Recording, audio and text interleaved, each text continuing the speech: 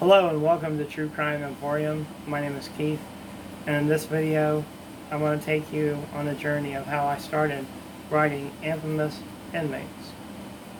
So when I was a small kid, I lived in a small town, and then later on, through divorce and split family, we moved to the east side of Indianapolis.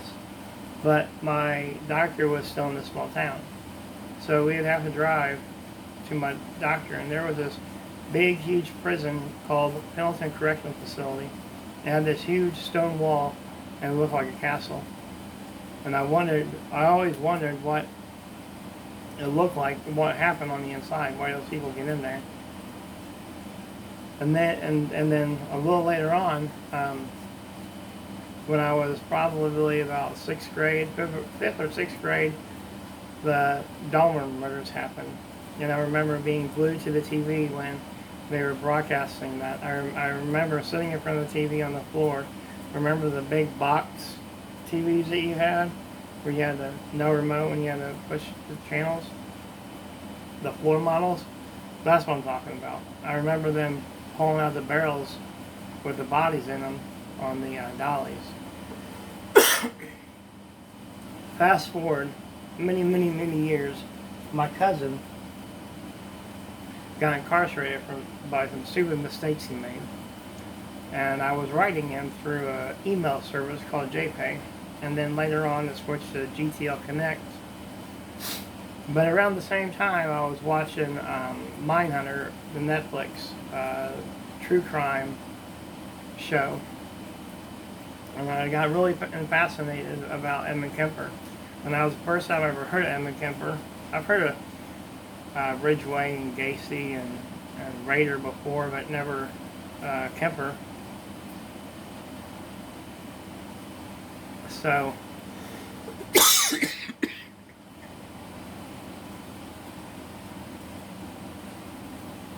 I'm not editing this. We're just going to do this raw and keep on rolling with it. So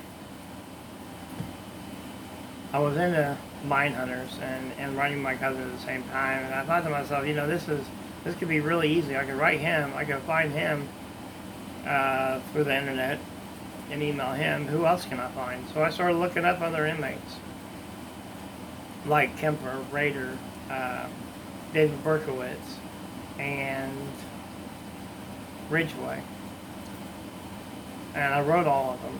And to my surprise, the son of Sam, David Berkowitz, wrote me back.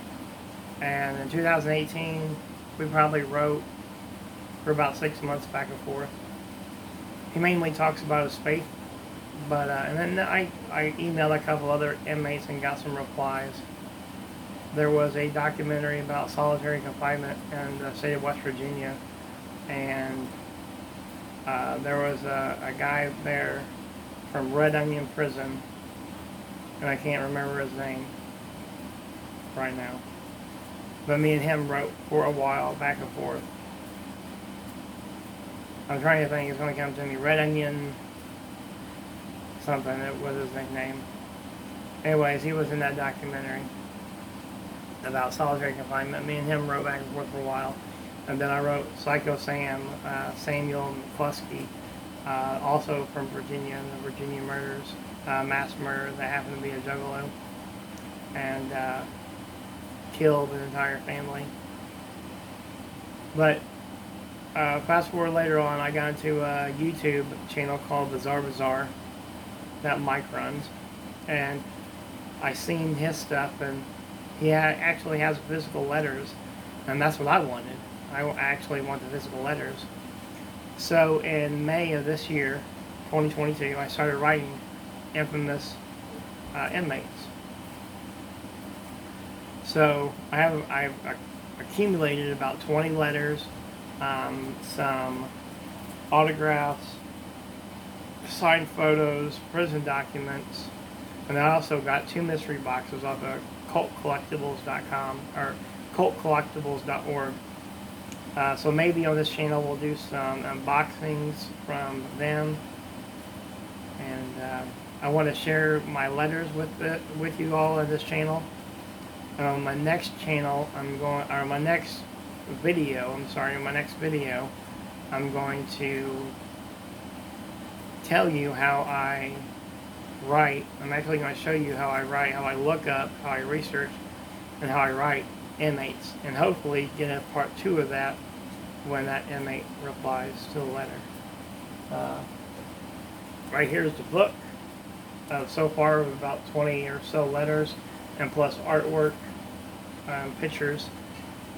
Totaled it up, and sadly, there was about 42 deaths combined from people that wrote these letters in this book.